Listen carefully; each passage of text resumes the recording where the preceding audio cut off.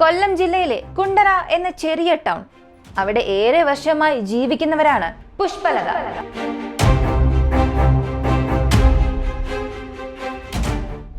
പുഷ്പലതയ്ക്ക് 52 വയസ്സായി. അവർക്ക് വിവാഹം കഴിഞ്ഞ് 30 വർഷമായി. അവരുടെ ഭർത്താവ് ജീവനോടെയില്ല, ഒറ്റയ്ക്കാണ് ജീവിക്കുന്നത്. ആ വീട്ടിൽ പുഷ്പലതയുടെ അച്ഛൻ താമസിക്കുന്നുണ്ട്. അദ്ദേഹത്തിന്റെ പേര് ആന്റണി. 72 വയസ്സായി.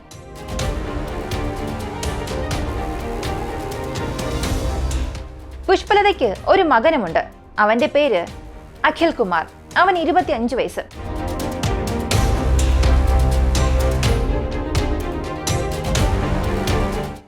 അതേ കൊല്ലം സിറ്റിയിലാണ് ജനിച്ചത്, വളർന്നത്, പഠിച്ചത് എല്ലാം. പുഷ്പലത കിട്ടുന്ന ജോലി നോക്കി ജീവിതം മുന്നോട്ട് കൊണ്ടുപോകുന്നു. മറ്റൊരു ഭാഗത്ത് അഖിൽ അതേ കൊല്ലം സിറ്റിയിൽ ഡിഗ്രി പഠിച്ച് അവസാനിപ്പിച്ചു.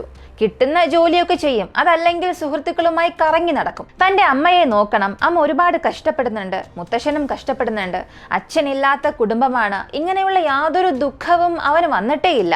പുഷ്പലതയും അതിനെക്കുറിച്ച് ഒന്നും അഖിലിനോട് സംസാരിക്കില്ല. ഇവനോട് എന്ത് സംസാരിച്ചിട്ടും കാര്യമില്ല. ഇവന്റെ ജീവിതം ഇങ്ങനെയായി എന്ന ചിന്തയിൽ അവരവരുടെ ജീവിതം നോക്കി അങ്ങനെ പോവുകയാണ്. എന്നാൽ എല്ലാവരും ഈ ഒരു കുടുംബത്തെ തിരിഞ്ഞു നോക്കുന്ന അവസ്ഥയിൽ കേരളം മാത്രമല്ല, മുഴുവൻ ഇന്ത്യ തന്നെ ഈ ഒരു കുടുംബത്തെ ശ്രദ്ധിക്കുന്ന രീതിയിലുള്ള ഒരു സംഭവം ആ വീട്ടിലുണ്ടായി.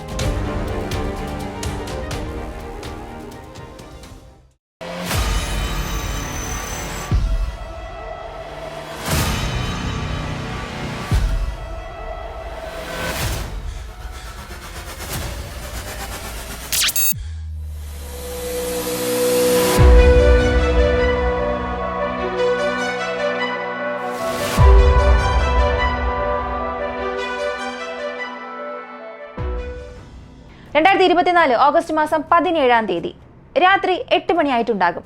അയൽക്കാരൻ ഒരാൾ ഇവരുടെ വീട്ടിലേക്ക് വന്നു. ഏറെ നേരമായി പുഷ്പലതയെ കാണുന്നില്ലല്ലോ. ആന്റണി എന്നോട് എപ്പോഴും സംസാരിക്കാറുണ്ട്, അയാളെയും കാണുന്നില്ല.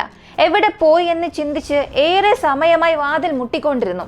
എന്നാൽ അപ്പോഴാണ് മനസ്സിലായത്, വാതിൽ തുറന്നു തന്നെ കിടക്കുകയാണ്. എല്ലാവരും എവിടെ പോയി എന്നറിയാനായി അകത്തേക്ക് കയറി നോക്കുന്നു. അപ്പോഴായിരുന്നു അദ്ദേഹത്തിന് വലിയൊരു ഞെട്ടൽ കാത്തിരുന്നത്. അകത്ത് മുഴുവനും രക്തം തളം കെട്ടി കിടക്കുകയാണ്. ചുമരിലും തറയിലും എല്ലായിടത്തും രക്തം. ഹാളിൽ 75 വയസ്സുള്ള വൃദ്ധൻ ആന്റണി വീണ് കിടക്കുകയാണ്. അയാളുടെ ശരീരത്തിലും ഒരുപാട് പരിക്കുകളുണ്ട്. കാണുമ്പോൾ തന്നെ അറിയാം അയാൾ മരിച്ചിട്ടുണ്ട്. എന്ത് പറ്റിയെന്നറിയാതെ അലറി നിലവിളിച്ച് അകത്തേക്ക് കയറുന്നു. ബെഡ്റൂമിലേക്ക് പോകുന്നു. അവസാനം അടുക്കളയിലേക്ക് പോകുമ്പോൾ പുഷ്പലതയും അവിടെ മരിച്ചു കിടക്കുന്നു. കത്തി കൊണ്ടുള്ള മുറിവുകൾ ശരീരത്തിൽ പല സ്ഥലങ്ങളിലുണ്ട്. എല്ലാ സ്ഥലങ്ങളിലും രക്തം ചിതറിക്കിടക്കുന്നുണ്ട്. പുഷ്പലതയ്ക്കും ആന്റണിക്കും എന്ത് സംഭവിച്ചുവെന്നറിയാതെ നിലവിളിച്ചുകൊണ്ട് അയൽക്കാരെ എല്ലാവരെയും വിളിച്ചു. വന്നവർ ചിലർ അഖിൽ കുമാർ എവിടെയാണെന്നറിയാനായി അവന്റെ മൊബൈൽ നമ്പറിലേക്ക് വിളിച്ചു നോക്കി. അവന്റെ ഫോൺ സ്വിച്ച് ഓഫ് ആയിരുന്നു. അവൻ എവിടെ പോയി? എപ്പോഴും സുഹൃത്തുക്കളോടൊപ്പം കറങ്ങി നടക്കുകയാണല്ലോ. മുത്തശ്ശനും അമ്മയും ഇങ്ങനൊരു അവസ്ഥയിൽ കിടക്കുകയാണ്. ആരും ഇവിടെ വന്നിട്ടുണ്ട്, ഇവരെ കൊന്നിട്ട് പോയി. മോഷ്ടിക്കാനായി വന്നതാണോ? എന്ത് സംഭവിച്ചുവെന്നറിയില്ലല്ലോ. ഇങ്ങനെ അയൽവാസികൾ പിറുപിറുത്തുകൊണ്ട് തന്നെ അഖിലിനെ വിളിക്കാൻ തുടങ്ങി. ഉടനെ പോലീസിനെയും വിളിച്ചു. പോലീസ് ടീം, ഫോറൻസിക് ടീം എല്ലാവരും അവിടെ എത്തി. തെളിവുകൾ ശേഖരിക്കാൻ തുടങ്ങി. അവരും അഖിലിനെ കോൺടാക്ട് ചെയ്ത് നോക്കി, കിട്ടുന്നില്ല. തുടക്കത്തിൽ പോലീസുകാർ അയൽക്കാരോട് ചോദിച്ചപ്പോൾ ആർക്കും യാതൊരു സംശയവും ആരോടും തോന്നുന്നില്ല. വീടിനുള്ളിൽ കള്ളന്മാർ കയറിയതാണോ എന്നുള്ള ഊഹത്തിൽ നോക്കിയാലും വീടിനുള്ളിലെ വസ്തുക്കളെല്ലാം യഥാക്രമം അങ്ങനെ തന്നെയുണ്ട്. കള്ളന്മാർ കയറിയതിന്റെ യാതൊരു സൂചനയും ഇല്ല. ഇനി ഇവരെ ടാർഗറ്റ് ചെയ്ത് കൊന്നതുപോലെയും അങ്ങനെ തോന്നുന്നില്ല. കൂടാതെ ഫോറൻസിക് ടീം മറ്റൊരു കാര്യം അപ്പോഴാണ് ശ്രദ്ധിച്ചത്. ആംബുലൻസിലേക്ക് ഈ 2 ഡെഡ് ബോഡിയും കയറ്റുന്ന സമയത്താണ് ആന്റണി എന്ന 75 വയസ്സുള്ള വൃദ്ധൻ മരിച്ചിട്ടില്ല. ഗുരുതരമായ അവസ്ഥയിൽ ജീവന് വേണ്ടി മല്ലിടുകയാണ് എന്ന് അവർക്ക് മനസ്സിലായി. അങ്ങനെ ആശുപത്രിയിലേക്ക് കൊണ്ടുപോയി. പുഷ്പലത മരിച്ചുവെന്ന് കൺഫേം ചെയ്തു. ആന്റണി ഐസിയുവിലേക്ക് കയറ്റുന്നു. ഡോക്ടേഴ്സ് എല്ലാം ജീവൻ രക്ഷിക്കാനായി ശ്രമിക്കുന്നു. എന്നാൽ 5 ദിവസങ്ങൾക്കപ്പുറം ഒന്നും ചെയ്യാൻ സാധിച്ചില്ല. ശരീരത്തിൽ അത്രയധികം മുറിവുകളുണ്ട്. ഒരുപാട് രക്തം പുറത്തു പോയിട്ടുണ്ട്. അദ്ദേഹം മരിക്കുകയും ചെയ്തു. ആരെക്കൊണ്ടും രക്ഷിക്കാൻ സാധിച്ചില്ല. ഇപ്പൊ പോലീസിനുള്ള ഒരേ ഒരു ചോദ്യം, അഖിൽ കുമാർ എവിടെയാണ്? അഖിൽ കുമാറിന് മാത്രമേ ആര് കൊലപാതകം ചെയ്തു എന്നറിയൂ. അല്ലെങ്കിൽ അവൻ തന്നെയാണോ കൊലപാതകം ചെയ്തത് എന്ന് കണ്ടെത്താനും സാധിക്കും. ഇതൊരു വലിയ സംശയമായിരുന്നു. അങ്ങനെ അഖിൽ കുമാറിനെ തിരയാൻ തുടങ്ങി. ചുറ്റുമുള്ള എല്ലാ CCTV ക്യാമറകളും നോക്കുമ്പോൾ യാതൊരു മോഷ്ടാക്കളും അകത്തേക്ക് വന്നതുപോലുള്ള യാതൊരു ഫൂട്ടേജും ഇല്ല. ആ റോഡിൽ എല്ലാ കാര്യവും നോർമലായി നടക്കുകയാണ്. അയൽവാസികളോട് അസ്വാഭാവികമായി എന്തെങ്കിലും ശബ്ദം നിങ്ങൾക്ക് കേട്ടോ എന്ന് ചോദിച്ചപ്പോൾ ആ വീട്ടിൽ എന്ത് സംഭവിച്ചാലും അങ്ങനെ അടുത്തൊന്നും പെട്ടെന്ന് അറിയില്ല. കാരണം ഓരോ വീടുകളും അത്ര അടുത്തല്ല ഉള്ളത്. ഒരല്പം ദൂരത്തിൽ മാറി മാറിയാണ് വീടുകളുള്ളത്. പോലീസിന് ഇപ്പോൾ യാതൊരു വിവരവും ലഭിക്കുന്നില്ല. പെട്ടെന്ന് തന്നെ അഖിലിനെ കണ്ടെത്തണം. അവൻ എവിടെയാണെന്നുള്ളത് പരിശോധിക്കുമ്പോഴാണ് തിരുവനന്തപുരത്തേക്ക് അവൻ പോയിട്ടുണ്ട് എന്ന ഒരു വിവരം ലഭിച്ചു. എന്നാൽ അവൻ എപ്പോഴാണ് പോയത്? ഈ കൊലപാതകം നടന്നതിന് ശേഷമാണോ പോയത്, അല്ലെങ്കിൽ അവൻ തിരുവനന്തപുരത്ത് പോയതിന് ശേഷമാണോ ഈ കൊലപാതകം നടന്നത്? ഇങ്ങനെ എല്ലാ വിധത്തിലും അവർ ചിന്തിക്കാൻ തുടങ്ങി. തുടർന്ന് അവന്റെ മൊബൈൽ നമ്പർ ട്രാക്ക് ചെയ്യാൻ തുടങ്ങി. പക്ഷേ ഫോൺ സ്വിച്ച് ഓഫ് ആയിരുന്നു. തുടർന്ന് ഈ ഒരു കേസ് സൈബർ ക്രൈം ഡിപ്പാർട്ട്മെന്റിലേക്ക് പോകുന്നു. അതിനുള്ള പ്രധാനപ്പെട്ട കാരണം ആ വീടിനുള്ളിൽ നിന്നും കാണാതായത് രണ്ട് കാര്യമായിരുന്നു. ഒന്നാമത്തേത് പുഷ്പലതയുടെ പേഴ്സ് കാണാതായി. അതിൽ കുറച്ച് പണമുണ്ടാകാനുള്ള സാധ്യതയുണ്ടായിരുന്നു. മറ്റൊന്ന്, അവരുടെ മൊബൈൽ ഫോൺ കാണാതായിട്ടുണ്ട്. മൊബൈൽ ഫോൺ കാണാതായിട്ടുണ്ടെങ്കിൽ അത് എടുത്തുകൊണ്ട് പോയവൻ ആരായിരുന്നാലും ചില ദിവസങ്ങൾ കഴിഞ്ഞ് അത് ഓൺ ചെയ്യും, ആക്ടിവേറ്റ് ആകും. അപ്പോൾ നമുക്ക് അവനെ കണ്ടുപിടിക്കാൻ സാധിക്കും. അങ്ങനെ പോലീസ് ആ നമ്പർ തുടർന്ന് ട്രാക്ക് ചെയ്തുകൊണ്ടേയിരുന്നു. അങ്ങനെ സംഭവം നടന്ന് 2 ദിവസം കഴിഞ്ഞ് കൊല്ലം സിറ്റിയിലെ കൊട്ടിയം എന്ന ഏരിയ, അവിടെയുള്ള ഒരു മൊബൈൽ ഫോൺ കടയിൽ ആ ഫോൺ സ്വിച്ച് ഓൺ ആയി. ഉടൻ തന്നെ ഒരു പോലീസ് ടീം അവിടെ പോകുന്നു. ആ മൊബൈൽ ഫോൺ വാങ്ങുന്നു. ആ കടയിൽ ചോദിക്കുമ്പോഴാണ് അഖിൽ കുമാർ ആ ഒരു മൊബൈൽ ഫോൺ സെക്കൻഡ് ഹാൻഡായി വിൽക്കുകയും കാശ് വാങ്ങിക്കൊണ്ട് പോയി എന്നുള്ള ഇൻഫർമേഷൻ അറിയാൻ സാധിച്ചു. അതിന്റെ CCTV ഫുട്ടേജും പോലീസിന് ലഭിച്ചു. ഇപ്പൊ പോലീസിന് വ്യക്തമായി ഈ കൊലപാതകത്തിൽ അഖിലിന് എന്തോ ബന്ധമുണ്ട്.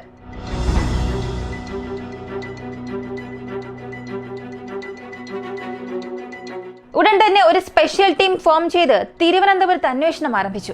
അടുത്ത ഒരാഴ്ച കഴിഞ്ഞ് പോലീസിന് വളരെ പ്രധാനപ്പെട്ട ഒരു തെളിവ് ലഭിച്ചു. ഈ പുഷ്പലതയുടെ പേഴ്സിനുള്ളിൽ അവരുടെ ATM കാർഡ് ഉണ്ടായിരുന്നു. ആ ATM കാർഡ് ന്യൂഡൽഹിയിലുള്ള ഒരു ATM സെന്ററിൽ നിന്ന് ട്രാൻസാക്ഷൻ ആയിട്ടുണ്ട്. 2000 രൂപ അതിൽ നിന്നും പോയിട്ടുണ്ട്. പുഷ്പലതയുടെ ATM ന്യൂഡൽഹിയിൽ ആക്സസ് ആയി എന്നുണ്ടെങ്കിൽ അഖിൽ കുമാർ തിരുവനന്തപുരത്ത് നിന്നും ന്യൂഡൽഹിയിലേക്ക് പോയിട്ടുണ്ടാകണം. അങ്ങനെ ന്യൂഡൽഹിയിലെ ആ പ്രത്യേക ATM സെന്ററിലെ CCTV ഫുട്ടേജസ് പോലീസ് നോക്കുമ്പോൾ അഖിൽ കുമാറാണ് ആ ATM ഉപയോഗിച്ച് 2000 രൂപ എടുത്തു എന്നുള്ളതും വ്യക്തമായി. അവൻ ന്യൂഡൽഹിയിലേക്ക് എന്തിനു പോയി? അവൻ അവിടെ എന്തെങ്കിലും കോണ്ടാക്ട് ഉണ്ടോ? പെട്ടെന്ന് എങ്ങനെ തിരുവനന്തപുരത്ത് നിന്നും അറിയാത്ത ഒരു സ്ഥലത്തേക്ക് അവന് പോകാൻ കഴിയുമെന്ന് ചിന്തിച്ച് പോലീസ് ആ ഒരു രീതിയിലും അന്വേഷിച്ചു. അപ്പോഴാണ് പുഷ്പലതയുടെ ബന്ധുക്കളിൽ ചിലർ പോലീസിനോട് ഒരു കാര്യം പറഞ്ഞത്. അഖിൽ കുമാർ മദ്യപാനത്തിനും മയക്കുമരുന്നിനും അടിമയായിരുന്നു. അവൻ എല്ലാ ചീത്ത സ്വഭാവവുമുണ്ട്. പ്രധാനമായും ഏതാനും മാസങ്ങൾക്ക് മുൻപ് അമ്മയെ അവൻ ക്രൂരമായി മർദ്ദിക്കുകയും ശരീരം മുഴുവനും പരിക്കേൽപ്പിക്കുകയും വീട്ടിലുണ്ടായിരുന്ന പണം എടുത്തിട്ട് അവൻ ഓടുകയും ചെയ്തു. എവിടെ പോയതാണെന്ന് അന്വേഷിക്കുമ്പോഴാണ് ന്യൂഡൽഹിയിൽ പോയി എന്ന് മനസ്സിലായത്. അവന് ന്യൂഡൽഹിയിൽ ഒരുപാട് സുഹൃത്തുക്കളുണ്ട്. ഇന്ത്യയിൽ അവൻ പല സ്ഥലങ്ങളിൽ ചുറ്റിക്കറങ്ങിയിട്ടുണ്ട്. അങ്ങനെ അവൻ ന്യൂഡൽഹിയിലേക്ക് പോയപ്പോൾ ഞങ്ങൾ അവന്റെ പേരിൽ ഒരു മിസ്സിംഗ് കംപ്ലൈന്റ് കൊടുത്തിരുന്നു. എന്നാൽ കുറച്ച് ദിവസത്തിന് ശേഷം അവൻ ന്യൂഡൽഹിയിൽ നിന്നും വീട്ടിലേക്ക് തന്നെ തിരികെ വന്നു. ഞങ്ങളും ആ കംപ്ലൈന്റ് തിരികെ വാങ്ങി. ഇപ്പോ അതുപോലെ തന്നെ അവൻ ന്യൂഡൽഹിയിലേക്ക് പോയിട്ടുണ്ടാകും എന്നും ആ ബന്ധുക്കൾ പറഞ്ഞു. ഇപ്പൊ പോലീസിന് മനസ്സിലായി അഖിൽ ഇതിനു മുൻപും ഇങ്ങനെ ചെയ്തിട്ടുണ്ട്. തന്റെ അമ്മയെ അവൻ ക്രൂരമായി മർദ്ദിച്ചിട്ടുണ്ട്. ടോർച്ചർ ചെയ്യുക മാത്രമല്ല, വീട്ടിലുണ്ടായിരുന്ന പണം മോഷ്ടിക്കുകയും ചെയ്തു. അവൻ എന്തിനീ പണമെല്ലാം എടുക്കണം? ആ പണം വെച്ച് അവൻ എന്താണ് ചെയ്യുന്നത്? ന്യൂഡൽഹിയിൽ അവൻ എന്തിനു പോയി? അവിടെ എന്ത് ചെയ്യുന്നു? ഒന്നും പോലീസിന് അറിയില്ല. ഉടൻ തന്നെ 5 സ്പെഷ്യൽ ടീം ന്യൂഡൽഹിയിലേക്ക് യാത്ര ചെയ്യാൻ തുടങ്ങി. അവിടെ അഖിൽ കുമാറിനെ തിരയാൻ തുടങ്ങി. 1 മാസത്തോളം ന്യൂഡൽഹിയിലെ എല്ലാ സ്ഥലങ്ങളിലും, ഹോട്ടൽ, മറ്റു പല സ്ഥലങ്ങളിലും അഖിൽ കുമാർ ഉണ്ടോ എന്ന് തിരയുമ്പോഴാണ് പോലീസ് മറ്റൊരു രീതിയിൽ ചിന്തിക്കാൻ തുടങ്ങിയത്. കൊലപാതകം ചെയ്ത ശേഷം അവൻ തിരുവനന്തപുരത്തേക്ക് രക്ഷപ്പെട്ടു വന്നു. എന്നാൽ തിരുവനന്തപുരത്തേക്ക് പോലീസ് വന്ന് അന്വേഷിച്ചപ്പോൾ കുറച്ച് ദിവസത്തിൽ അവൻ തിരുവനന്തപുരത്ത് നിന്നും ന്യൂഡൽഹിയിലേക്ക് പോയി. ഇവൻ എന്തിനു വേണ്ടി ന്യൂഡൽഹിയിലേക്ക് പോയി? ഇപ്പോ നമ്മൾ 1 മാസത്തോളമായി ന്യൂഡൽഹിയിൽ തിരച്ചിൽ നടത്തുകയാണ്. ഒരു പക്ഷേ അവൻ ന്യൂഡൽഹിയിൽ നിന്നും മറ്റേതെങ്കിലും സ്ഥലത്തിലേക്ക് പോയിട്ടുണ്ടാകുമല്ലോ. അതുകൊണ്ട് എല്ലാ നഗരങ്ങളിലും ഓരോ സ്പെഷ്യൽ ടീമിനെ അയക്കാൻ തുടങ്ങി. ആഗ്ര, പൂനെ, ന്യൂഡൽഹി, ജമ്മു ആൻഡ് കാശ്മീർ, ഇങ്ങനെ എല്ലാ ഇടങ്ങളിലും പോകാൻ തുടങ്ങി. അതുമാത്രമല്ല, അവന്റെ ഫോട്ടോ പ്രിന്റ് ചെയ്ത് എല്ലാ സ്ഥലങ്ങളിലും പോസ്റ്റർ ഒട്ടിക്കാൻ തുടങ്ങി. ആരെങ്കിലും നമുക്ക് എന്തെങ്കിലും ഒരു സൂചന തരുമെന്ന് പോലീസ് പ്രതീക്ഷിച്ചു. അടുത്ത കുറച്ച് ദിവസത്തിൽ തന്നെ പോലീസ് വിചാരിച്ചതുപോലുള്ള ഒരു സംഭവം നടന്നു. ഡിസംബർ 30-ാം തീയതി പോലീസ് സ്റ്റേഷനിലേക്ക് ഒരു കോൾ വന്നു. കോൾ ചെയ്തത് ഒരു മലയാളിയായിരുന്നു. ജമ്മു ആൻഡ് കാശ്മീരിലുള്ള ശ്രീനഗറിൽ ഒരു സൂപ്പർ മാർക്കറ്റ് ഉണ്ട്. അവിടെ ഒരു ആൺകുട്ടി ജോലി ചെയ്യുകയാണ്. അവനെ കാണാൻ പുതിയ ആളാണെന്ന് തോന്നുന്നു. അതുകൊണ്ട് ഞങ്ങൾ അവനെ ശ്രദ്ധിച്ചു. ഞാൻ വളരെ കാലമായി ശ്രീനഗറിലാണ് താമസിക്കുന്നത്. ഞാനൊരു മലയാളിയാണ്. ആ സൂപ്പർ മാർക്കറ്റിൽ അവനെ കണ്ടപ്പോൾ തന്നെ എനിക്ക് എന്തോ സംശയം തോന്നി. അവനെ എവിടെയോ കണ്ടതുപോലെ എനിക്ക് തോന്നി.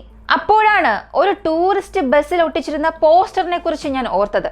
അവനെക്കുറിച്ച് എന്തെങ്കിലും വിവരം ലഭിക്കുകയാണെങ്കിൽ പോലീസിൽ അറിയിക്കണമെന്നും അതിൽ എഴുതിയിരുന്നു. അതുകൊണ്ടാണ് ഇപ്പോൾ ഞാൻ നിങ്ങൾക്ക് കോൾ ചെയ്തത്. ഒരുപക്ഷെ നിങ്ങൾ അന്വേഷിക്കുന്ന കുറ്റവാളിയാണോ ഇവൻ എന്ന് എനിക്കറിയില്ല, പക്ഷെ ഏകദേശം കാണാൻ അതുപോലെ തന്നെയാണെന്നും ആ വിളിച്ചയാൾ പറഞ്ഞു. ഇപ്പൊ ന്യൂഡൽഹിയിലുള്ള പോലീസ് എല്ലാവരും ശ്രീനഗറിൽ അയാൾ പറഞ്ഞ ആ സൂപ്പർ മാർക്കറ്റിലേക്ക് പോകുന്നു. അവിടെ അഖിൽ കുമാറിനെ കാണുന്നു. അവിടെ വെച്ച് അവനെ അറസ്റ്റ് ചെയ്തു. അഖിലിന് ഇപ്പൊ നന്നായി മനസ്സിലായി, കേരളത്തിൽ ചെയ്ത ഒരു കൊലപാതകത്തിന് കൊല്ലം സിറ്റിയിൽ നിന്നും ശ്രീനഗറിലേക്ക് വരുന്ന ഒരു പവർ പോലീസിനുണ്ടെന്ന് അവന് മനസ്സിലായി. അവനെ കേരളത്തിലേക്ക് തിരികെ കൊണ്ടുവരുന്നതിന് മുൻപ് ശ്രീനഗറിൽ അവൻ താമസിച്ചിരുന്ന വീട്ടിലേക്ക് പോകുന്നു. ആ വീട് പരിശോധിച്ചപ്പോൾ അവിടെ നിന്ന് അവർക്ക് കഞ്ചാവ് ലഭിച്ചു. കഞ്ചാവിന് അവൻ അടിമയാണെന്ന് പോലീസിന് മനസ്സിലായി. എന്നിട്ട് നേരെ അവനെ കേരളത്തിലേക്ക് കൊണ്ടുവരുന്നു. പോലീസിന്റെ അന്വേഷണം ആരംഭിച്ചു. അഖിൽ കുമാറിന് ഇതിനകം നന്നായി തന്നെ അറിയാം പോലീസ് തന്നെ എന്തിന് അറസ്റ്റ് ചെയ്തു എന്ന്. തന്റെ അമ്മയുടെയും മുത്തശ്ശന്റെയും ഡെഡ് ബോഡി കണ്ടുപിടിച്ചു. അങ്ങനെ ട്രാക്ക് ചെയ്ത് അവർ തന്നെ ശ്രീനഗറിൽ വന്ന് പിടിച്ചു. ഇനി തനിക്ക് മറച്ചുവെക്കാൻ ഒന്നുമില്ല എന്ന് അവന് മനസ്സിലായി. പക്ഷേ പോലീസിന്റെ മനസ്സിൽ അപ്പോഴും ഒരു സംശയം ഉണ്ടായിരുന്നു, ഇവൻ തന്നെയാണോ കൊന്നത്, അല്ലെങ്കിൽ മറ്റാരെങ്കിലും ഇതിൽ ബന്ധപ്പെട്ടിട്ടുണ്ടോ എന്ന്. അങ്ങനെ പോലീസ് അവനെ ചോദ്യം ചെയ്യാൻ തുടങ്ങി. ആ ചോദ്യം ചെയ്യലിൽ അവൻ എല്ലാം വ്യക്തമായി പറഞ്ഞു. അവൻ ലഹരിക്ക് അടിമയായിരുന്നു. കോളേജിൽ പഠിക്കുമ്പോഴാണ് ഈ ശീലം തുടങ്ങിയത്. കഞ്ചാവ് അവൻ പണം കൊടുത്ത് വാങ്ങാൻ തുടങ്ങി. അതുമാത്രമല്ല, വ്യത്യസ്ത മരുന്നുകൾ ഉണ്ടോ എന്നുള്ളതും അവൻ അന്വേഷിക്കാൻ തുടങ്ങി. ഇതെല്ലാം പതിയെ പതിയെ പുഷ്പലതയ്ക്ക് മുത്തശ്ശന് മനസ്സിലായി. തന്റെ മകൻ ഇങ്ങനെ ഒന്നിന് അടിമയായി എന്ന് മനസ്സിലായപ്പോൾ അവനെ തിരുത്താൻ ഒരുപാട് ശ്രമിച്ചു. അവനെ വഴക്ക് പറഞ്ഞു, ഉപദേശിച്ചു, പണം കൊടുക്കില്ല എന്ന് പറഞ്ഞു. എന്നാൽ ഇവയിലൂടെ എല്ലാം അവൻ അക്രമാസക്തനായി മാറുകയായിരുന്നു ചെയ്തത്. അങ്ങനെ ഒരു ദിവസം വയലന്റ് ആയപ്പോഴാണ് തന്റെ അമ്മയായ പുഷ്പലതയെ ക്രൂരമായി മർദ്ദിച്ച് ടോർച്ചർ ചെയ്തിട്ട് കാശെടുത്തിട്ട് അവൻ വീട്ടിൽ നിന്നും ഓടി. എന്നാൽ അങ്ങനെ പോയിട്ട് പിന്നീട് അവന് ജീവിക്കാനായില്ല. വീണ്ടും അവൻ അമ്മയുടെ പക്കലേക്ക് തന്നെ തിരികെ എത്തി. അങ്ങനെ ഓഗസ്റ്റ് മാസം 17-ാം തീയതി ഇവൻ പ്രതീക്ഷിച്ചതുപോലെ ഒന്നും ആയിരുന്നില്ല അന്ന് സംഭവിച്ചത്. അന്ന് അവന്റെ കയ്യിൽ തീരെ പണമില്ലായിരുന്നു. കഞ്ചാവ് വാങ്ങാൻ പണമില്ല. അവന്റെ കയ്യിലുണ്ടായിരുന്ന സ്റ്റോക്കും തീർന്നു. ഈ കഞ്ചാവ് വാങ്ങാനായി അമ്മയോട് അവൻ 1,00,000 രൂപ ചോദിച്ചു. 10, 20, 1000, 5000 അതൊന്നുമല്ല, 1,00,000 ആവശ്യപ്പെട്ടത്. അതും ഇത് വാങ്ങുവാൻ വേണ്ടി മാത്രം. ഒരു കൂലിപ്പണി നോക്കുന്ന സ്ത്രീ, കിട്ടുന്ന ജോലി ചെയ്ത് വീട് പോറ്റിക്കൊണ്ടുപോകുന്ന ഒരു സ്ത്രീക്ക് ഇത്രയേറെ പണം എങ്ങനെ ലഭിക്കാനാണ്? ഈ 1,00,000 രൂപ അമ്മയെ കൊണ്ട് എങ്ങനെയെങ്കിലും കൊടുക്കാൻ സാധിക്കുമോ? നൽകാൻ കഴിയില്ല എന്ന് തന്നെ അവർ പറഞ്ഞു. ബാങ്കിലുള്ള പണം തരാൻ അവൻ ആവശ്യപ്പെട്ടു. എന്നാൽ അത് നൽകാൻ കഴിയില്ല എന്നും അവർ പറഞ്ഞു. ഉടൻ തന്നെ അവൻ മുത്തശ്ശനോട് പണം ചോദിച്ചു. 75 വയസ്സുള്ള ആ വൃദ്ധൻ അവനെ പിടിച്ചടിക്കാൻ തുടങ്ങി. നിന്റെ ആസക്തിക്ക് വേണ്ടി എന്റെ പെൻഷൻ പണവും ഞാൻ ചേർത്ത് വെച്ച പണവും നിനക്ക് നൽകാൻ സാധിക്കില്ല. നിനക്ക് തന്നാൽ ആഹാരത്തിന് എവിടെ പോകും? പണം നൽകാൻ സാധിക്കില്ല എന്ന് തന്നെ പറഞ്ഞു. വീട്ടിൽ നിന്നും ഇനി ചോദിച്ചിട്ട് കാര്യമില്ല. ആരും പണം തരില്ല എന്ന് മനസ്സിലായപ്പോൾ അവൻ അവന്റെ മുത്തശ്ശനെ അടിക്കാൻ തുടങ്ങി. കയ്യിൽ കിട്ടുന്നതെല്ലാം എടുത്ത് അടിക്കാൻ തുടങ്ങി. ആ പ്രായത്തിൽ അദ്ദേഹത്തെ കൊണ്ട് നിലവിളിച്ച് കരയാൻ പോലും സാധിച്ചില്ല. അടുക്കളയിൽ ജോലി ചെയ്തുകൊണ്ടിരിക്കുന്ന പുഷ്പലതയ്ക്ക് പുറത്ത് അച്ഛൻ അടികൊണ്ട് അവശനാവുകയാണ് എന്ന കാര്യം പോലും അറിയില്ല. അവസാനം ആ മുത്തശ്ശനെ അവൻ അടിച്ചു തന്നെ കൊല്ലുന്നു. മരിച്ചുവെന്ന് ഉറപ്പായതിനു ശേഷം അവൻ നേരെ അടുക്കളയിലേക്ക് പോകുന്നു. അടുക്കളയിൽ അവൻ എന്തിനു പോയി എന്ന് ചോദിച്ചാൽ, ഇതുപോലെ അമ്മയെയും കൊല്ലാൻ. അടുക്കളയിൽ ഉണ്ടായിരുന്ന കത്തിയെടുത്ത് അമ്മയായ പുഷ്പലതയെ ഭയങ്കരമായി ഒരുപാട് തവണ ശരീരത്തിൽ പലയിടങ്ങളിൽ കുത്താൻ തുടങ്ങി. പുഷ്പലത ആ വീടിനുള്ളിൽ നിലവിളിച്ച് കരയുന്നത് പുറത്തുള്ള ആർക്കും തന്നെ കേട്ടില്ല.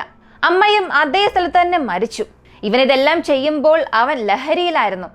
രണ്ടുപേരും മരിച്ചുവെന്ന് മനസ്സിലാക്കിയതിനു ശേഷം അവന്റെ അമ്മ ഇതിനകം വീട്ടിൽ പാചകം ചെയ്യാൻ എല്ലാം ഒരുക്കി വെച്ചിട്ടുണ്ടായിരുന്നു. ഒന്നും ആലോചിക്കാതെ അവൻ എല്ലാം പാചകം ചെയ്യാൻ തുടങ്ങി. ചോര ഒലിച്ചു കിടക്കുന്ന അമ്മയുടെയും മുത്തശ്ശന്റെയും മുൻപിൽ വെച്ച് തന്നെ ഡൈനിങ് ടേബിളിലിരുന്ന് അവൻ ഭക്ഷണം കഴിക്കുകയും ചെയ്തു.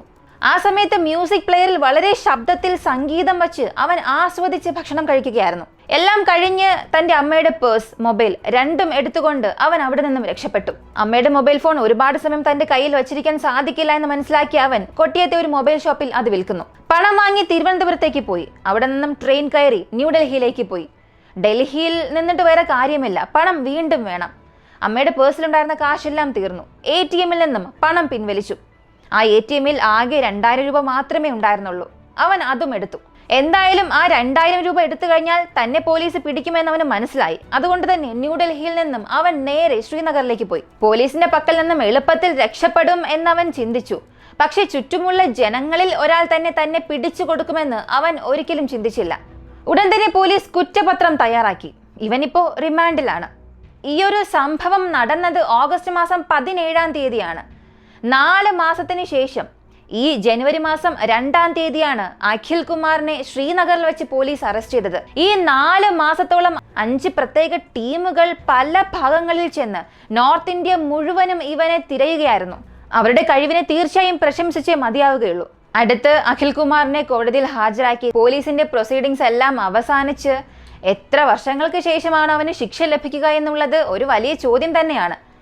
അങ്ങനെ ശിക്ഷ ലഭിച്ചാലും ഇവനൊരു 10 വർഷം അല്ലെങ്കിൽ ജീവപര്യന്തം ശിക്ഷ ലഭിക്കുമെന്നുള്ള ഒരു അനൗദ്യോഗിക റിപ്പോർട്ടും ലഭിച്ചിട്ടുണ്ട്. ഈ ഒരു വീഡിയോ കാണുന്ന എല്ലാവർക്കും ഒരേ ഒരു കാര്യം മാത്രം പറയാൻ ആഗ്രഹിക്കുന്നു.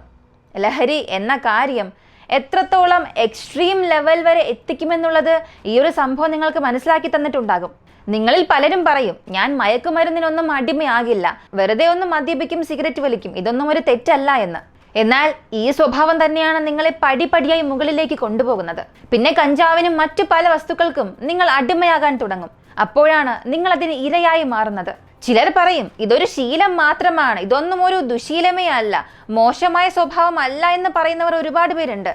അവരൊക്കെ ഒരു കാര്യം മനസ്സിലാക്കുക, ഈ രാജ്യത്തിൽ നടക്കുന്ന ഭൂരിഭാഗം കൊലപാതകങ്ങളെല്ലാം ഈ മയക്കുമരുന്ന് മദ്യപാനം കാരണം നടക്കുന്നവയാണ്. റോഡിലൂടെ നടന്നു പോകുന്ന ഒരു പെൺകുട്ടിയെ ക്രൂരമായി പീഡിപ്പിക്കുക, ചെറിയ കുട്ടികളെ പോലും വെറുതെ വിടുന്നില്ല, തന്റെ സ്വന്തങ്ങളെയും ബന്ധുക്കളെയും എല്ലാവരെയും കൊല്ലുക, ഇങ്ങനെ ഭൂരിഭാഗം കുറ്റകൃത്യങ്ങളും മദ്യപിച്ച് മയക്കുമരുന്ന് ഉപയോഗിച്ച് സ്വയബോധമില്ലാതെ ചെയ്യുന്നവയാണ്. ആ ലഹരി എന്ന കാര്യത്തിന് ഒരാൾ ഇരയാവുകയാണെങ്കിൽ അവൻ എന്ത് ചെയ്യുന്നു എന്ന് അവന് തന്നെ മനസ്സിലാകില്ല.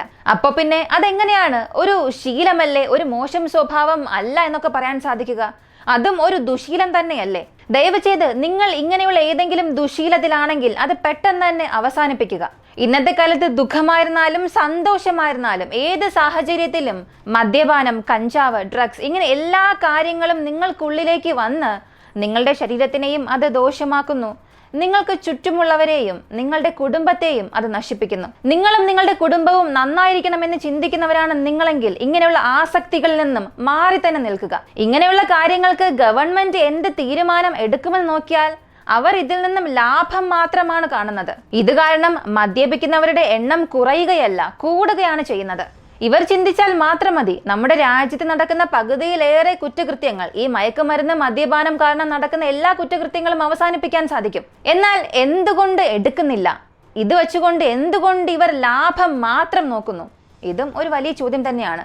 ഈ ഒരു വീഡിയോയെ കുറിച്ചുള്ള നിങ്ങളുടെ അഭിപ്രായം എന്താണെന്നുള്ളത് കമന്റിൽ പറയുക. മികച്ച കമന്റ് അടുത്ത വീഡിയോയിൽ വരും. മറ്റൊരു വീഡിയോയുമായി വീണ്ടും കാണാം.